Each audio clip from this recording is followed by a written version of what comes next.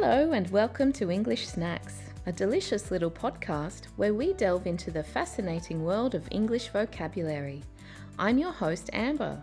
I'm here to help you develop your fluency, one bite-sized lesson at a time. Please feel free to enjoy this snack at a slower speed if you need, or pause between example sentences if you'd like to repeat them. I serve you the English snack, but how you enjoy it is your choice.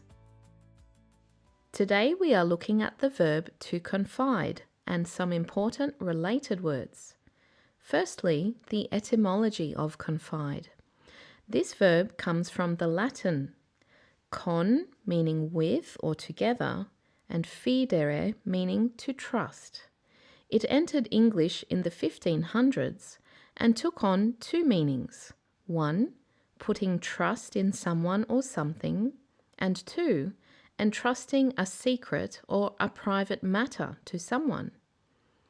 These days in English, to confide typically means to share something private or personal with someone you trust, often with the preposition in. To confide in someone, to trust someone enough to tell them a secret or problem.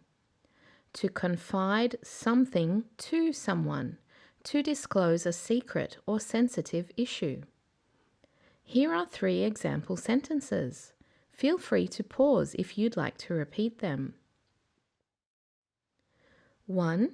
She was confiding in her best friend about her challenges. 2. He confided his fears to the therapist. 3. You can always confide in me. I won't tell anyone. And now a related word, confidant. This word first appeared in English in the 1600s. It's a person in whom we can trust. It's spelt C-O-N-F-I-D-A-N-T for a male and C-O-N-F-I-D-A-N-T-E for a female. Native speakers often use this in a collocation, closest friend and confidant. For example, my husband is my closest friend and confidant. Another related word is the adjective confidential, meaning intended to be kept secret.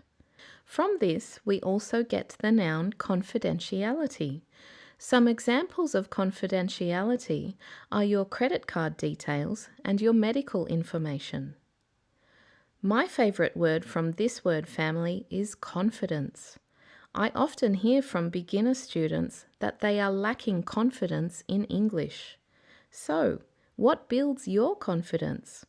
In other words, what builds the trust that you have in yourself to speak English well? What gives you the will to try and try again? Please drop a comment below so our community of snackers can share ideas. I would love to read your comments as well. I believe in you. I hope you believe in yourself as much as I believe in you. And you just made a great choice by listening to this podcast to increase your English skills. Keep going. I hope you feel nourished and energized after this English snack. If you haven't already, don't forget to subscribe. I'll be here dishing out bite-sized lessons to fuel your growth. So, come hungry for knowledge.